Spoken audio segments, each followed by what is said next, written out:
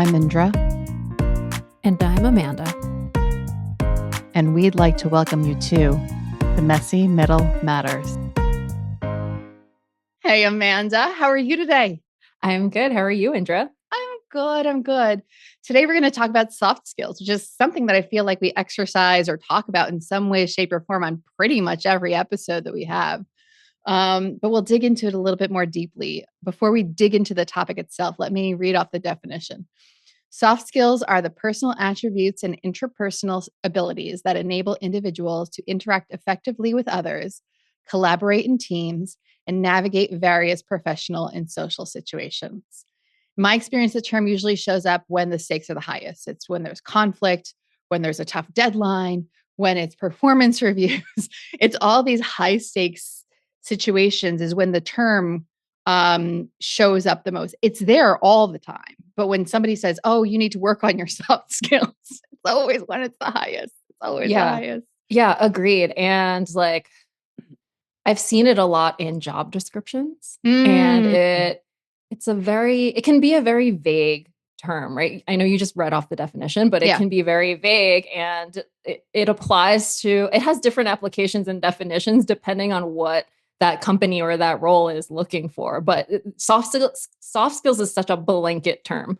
It's a huge blanket term, and it can be so contextual. I mean, and the reality of it is that there are very few trainings on these things. Like sometimes there's training on EQ, which is emotional intelligence or communication, or sometimes there's some things that like touch on it, but like true training on soft skills, I don't think I've seen many, if any. But there are so many ways you can help to cultivate that. And there's so many resources that may not be labeled as soft skills that, yeah. Or the opposite, right? Like I've seen a lot of YouTube videos or TED Talks that are labeled soft skills, but it's when you watch the video, it's a very like narrow piece of what soft skills are. Yes. I mean, we can talk about soft skills. Soft skills today, I'm wearing my "Don't Make Me Regret Trying to Be Helpful" sweatshirt, which was a demonstration of soft skills in the form of me getting my team sweatshirts because we were just being silly and we needed a silly way to diffuse situations, which is a form of a soft skill. Right.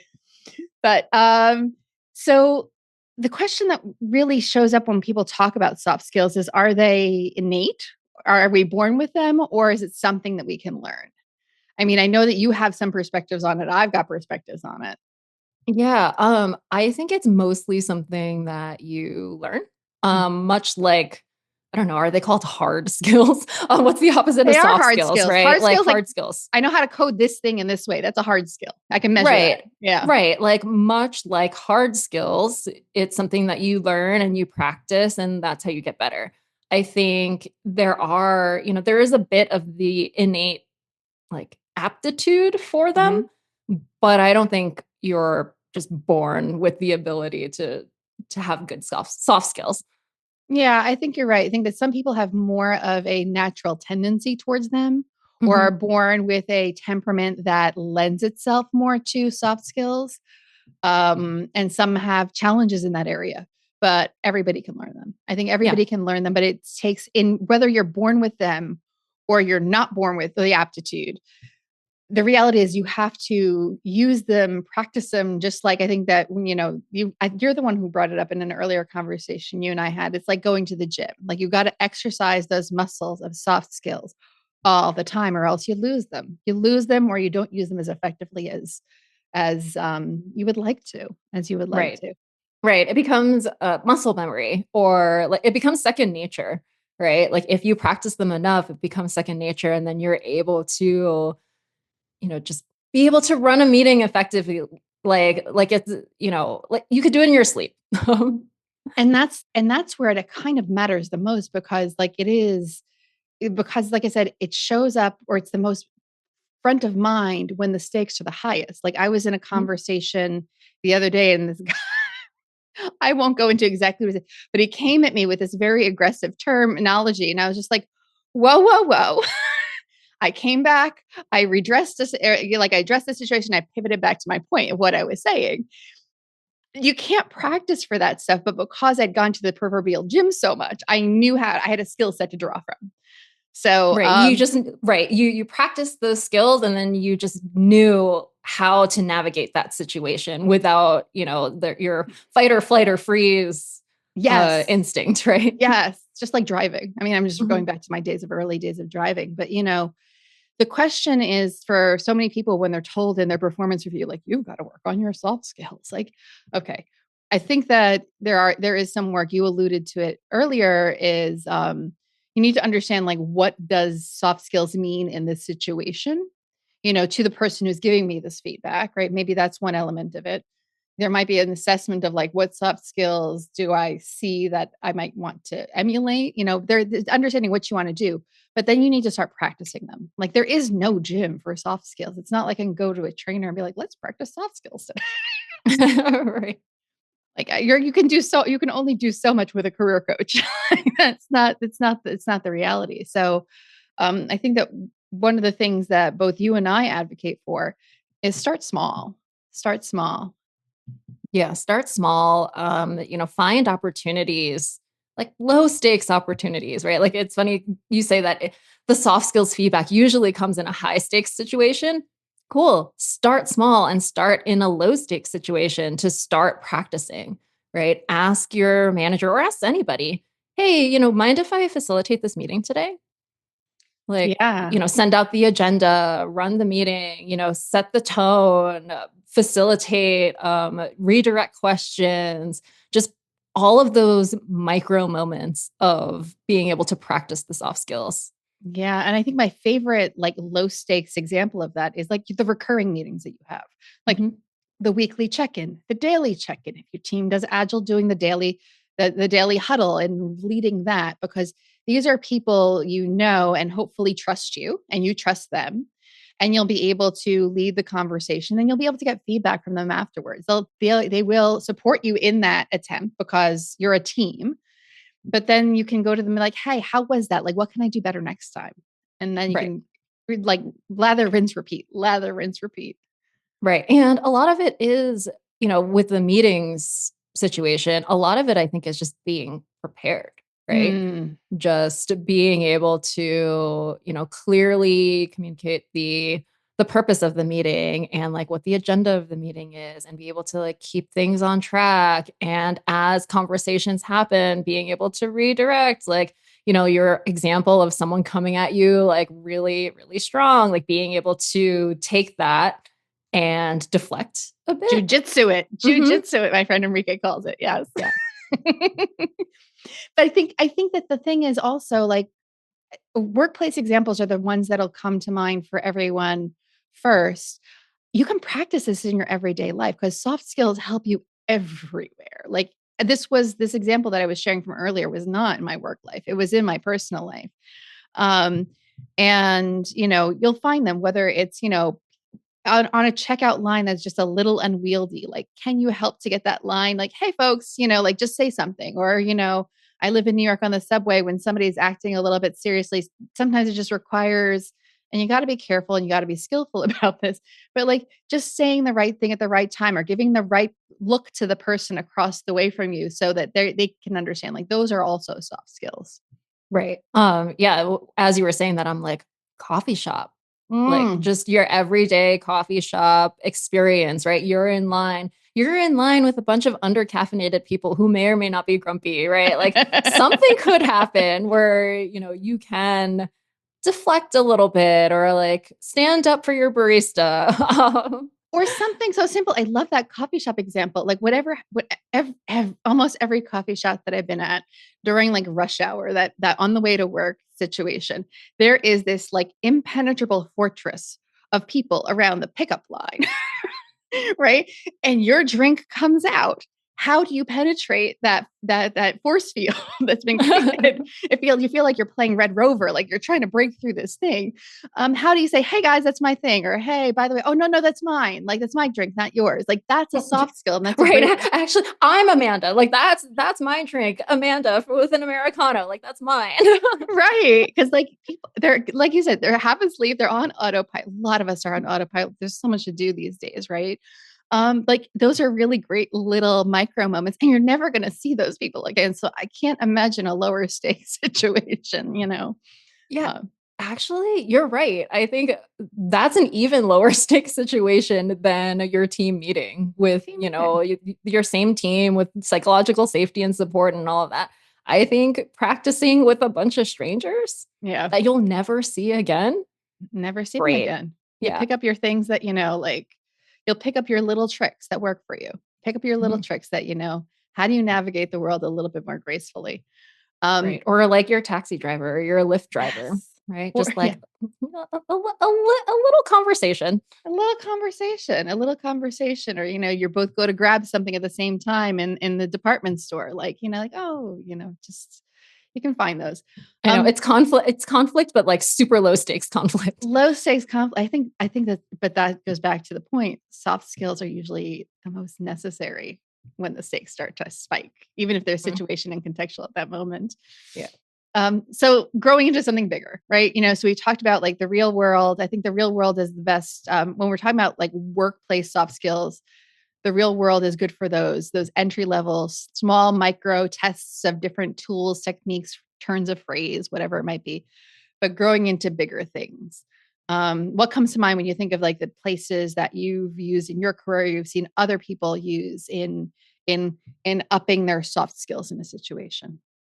I think what comes to mind is like a company offsite or a team offsite where everyone is in this big conference room and like there's presentations and the stakes feel a little higher because you are standing in front of an audience and having to practice a presentation or just like give a talk on something or demo something or it just feels more high stakes when you're in the spotlight like that.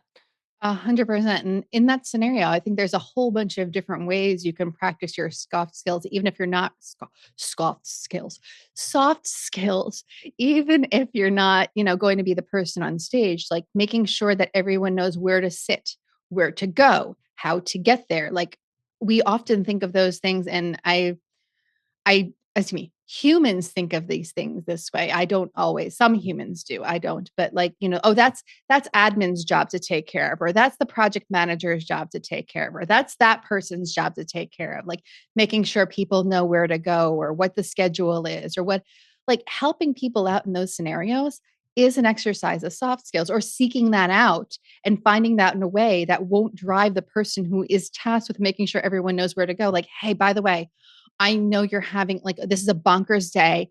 Last thing that you need to know about, but I just need I need this one little thing because I'm going to help you out in this other way, right? Like intercepting them or getting the information that you need from them while their stakes are high, while they're exercising their soft skills and are in their craft. Like that's another like in those larger forums that comes to mind as a place to exercise those things. Yeah, for sure. And as you were going through that example, I've thought about, my own experience Mhm. and I'm actually like I've honed the skill of being able to see the confused looks on people's faces. Ah, that's the soft skill. Yeah, and that's the soft skill, right? Like if we're in, going back to the auditorium example of like we're all here in a big auditorium or a big conference room for this offsite and like people don't know where to sit. Like I'm pretty good at noticing that someone looks confused or like there's a little there's chaos like about to brew because there's confusion, right? And I'll step in and be like, "Oh, hey, if you're looking for this table, like it's over there." Or like, Yeah. do you want to know where the coffee is? Like it's down the hall this way. Yeah. And as you're talking, I'm sitting here thinking there are probably people listening who are really excellent at their soft skills. They're very excellent at being glue. They're really excellent at a lot of things.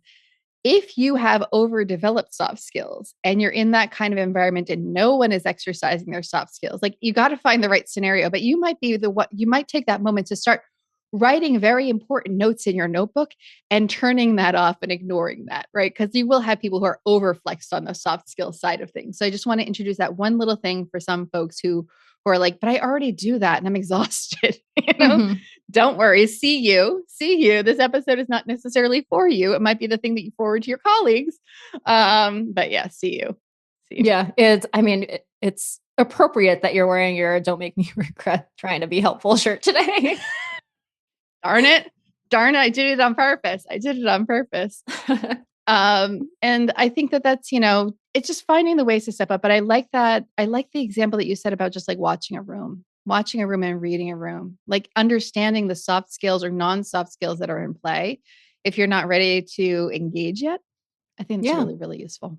Yeah. Just observe, right? Just like any other skills, learn by observing first. Yeah. And the one thing that I will, actually, the important thing to call out for everyone is that just like with any other skill, you're going to fail. You're going to fail. You're going to get it wrong. You're going to have a bad meeting. You're going to use the wrong word at the wrong time. Yeah, I know that this is, it's a cliche. It's a bit of a business cliche around like fail, like they're all around the failures. There's a whole bunch of them, but know that it's going to happen. Know that it's normal. Know that it's part of the growing process. And like, what do it's not my phrase. I can't remember who it's by, but somebody once said, if you don't look back at your life and cringe a little, you're not growing. Right. So like, even with the soft skills, if you're not looking back at your soft skills and be like, "Ooh, I didn't do that so well," you're not growing. It's a sign of growth when you can have that failure in your past in the rearview mirror. Oh, totally. And here's a secret, like some of your failures, people might not even notice. They don't notice. A lot of them don't notice. Gosh, I have one where I had a meeting and like the stakes were high. We were behind on deadline. I was leading a design team at the time. And like, in my mind, I went off. I was like, this is what has to happen. This is how it's going to be. And I got really assertive and I felt my adrenaline rising and left the meeting. And I turned to one of the people who later, after I'd had a moment to walk it off, because I knew that I didn't want to engage with others while my adrenaline was quite so high, came back and I was like, hey, friend, I'm so sorry that I felt like I flew off the handle there. And they said, no, you didn't fly off the handle. You were perfectly fine. We were really behind schedule and we needed the kick in the pants. I'm like, oh, okay, cool. Yeah. I mean, there are plenty of times where, I was presenting something in a meeting or, running a meeting and it was just like a really important thing. And I felt that I had to nail it. Yeah. And usually when I get nervous, much like many, many people, I talked really fast or I thought I talked really fast. And I'm just like, crap, like I blew it. Right. Yeah. Like I was going too fast. I was going too like hurried. Did people even hear me? Like, did people digest? Like that was just a disaster. Yeah. And I would ask for feedback or just like kind of vent to someone I trusted. I'm like, man, I totally blew that meeting. Like, hopefully it's okay. Like maybe I have to redo it or like send notes after, like whatever the case may be. And many times they were like, what are you talking about? I thought that was great. Yeah. It's exactly it. We're our own harshest critics. Yep. We're our own harshest critics. And as I'm thinking, like one of the best teaching tools that I've found is watching or learning from people who are masters in this, right? Masters in the soft skills, masters in a lot of these things. And one of the places where I find that I learn the most is often like listening to interviews on podcasts or on chat shows or whatever it might be. The way that host navigates the dynamics of the conversation. I think a person who does it exceptionally well is Trevor Noah, and I love his What Now podcast. But yeah, I don't know if you agreed. Yeah. Agreed. That's a good one. Yeah, I do the same thing. Like I love watching or listening to content that is in the form of an interview, is in the form of a conversation. Yeah. I find it to be very engaging and just very, like you said, very interesting hearing the dynamics between, the interviewer and the guest. Yeah. Because there's just so many variables when you interview different people, right? Like there's like sometimes an energy mismatch. at first, right? And then like you see the most skilled people be able to navigate that and like ask the right questions or engage their guest in the right way and like get everyone on the same page. Yeah, I'm thinking of Graham Norton. I wish I remember which episode it was, but like the way that what the topic exactly was or what he said. He was one of the people on his red sofa was Taylor Swift. And Graham said something, and what he said was a little bit dated in his perspective. And Taylor called him out, and he was like, "Oh, you know what? You're right." Right. You're right. And they actually wound up having an even richer conversation, because of it. Like just watching, or anytime a clip goes viral from any sort of like news show. I mean, heaven knows in this climate, there's plenty of spicy meaning like just like full of I don't know, friction, full of friction conversations on news shows or on talk shows or whatever. If you watch them and start dissecting, you can see people's strength in soft skills or lack of soft skills. It's really, really interesting. Yeah. And that's an interesting thing that you bring up, because it's not just learning from the good examples. Yes. It's seeing the not so great examples and making a mental note of just like, oh, I see what that person did there. That was really awkward, really cringe. Yeah. Like, okay, mental note, let's try not to do that. Exactly. I think that other people who do a really good job, if I'm thinking of like, it's like Adam Grant. Adam Grant's got a great podcast. He gets into a lot of work life it's called Work Life. He gets into a lot of work life topics. And that is really interesting too, because the way that he navigates the world and the way that he talks about things, I find it really, really interesting and really, really useful. And I'd say like, as far as like literal resources, if you are somebody who likes to study, I think that Brene Brown's got some really good stuff. I think Dare to Lead is it's a great compilation in my mind. I don't know if that was her intention, but it pulled together a lot of the content or the themes in her earlier books into one thing, into one volume. And I find that it's just a really great resource for lots of different types of soft skills, because leaders, you don't need to be a people manager to be a leader. Just to be clear, make sure that everyone is clear on that. I think most of us are these days, but not everyone knows that. Yeah. Agreed on that resource. I think Dare to Lead might be the only Brene Brown book I've read cover to cover. And I think I might have asked you about this, of just like, which one should I read first? And Yeah, I started with Daring Greatly, which is on my shelf. But it's this one. I think Dare to Lead it just pulls together a lot of the stuff all into one. So I think it's just a really great, great volume. Right. And without like rehashing too much of her previous work, right? No. It was just like, hey, in Daring Greatly, like I referenced this term and just a refresher here. This is what this means. And like, let me tie it all together with the point I'm trying to make now. Yeah. And I think that just like at the end of the day, I think that we've demonstrated the fact, or hopefully we've demonstrated the fact that, soft skills are complex. They require deliberate effort. You got to start small. You got to try to do a little something to train them on the regular, because you might lose them or you'll forget them. They'll just wind up in the recesses of your brain. And you're like, oh, I can't draw on that when I need to.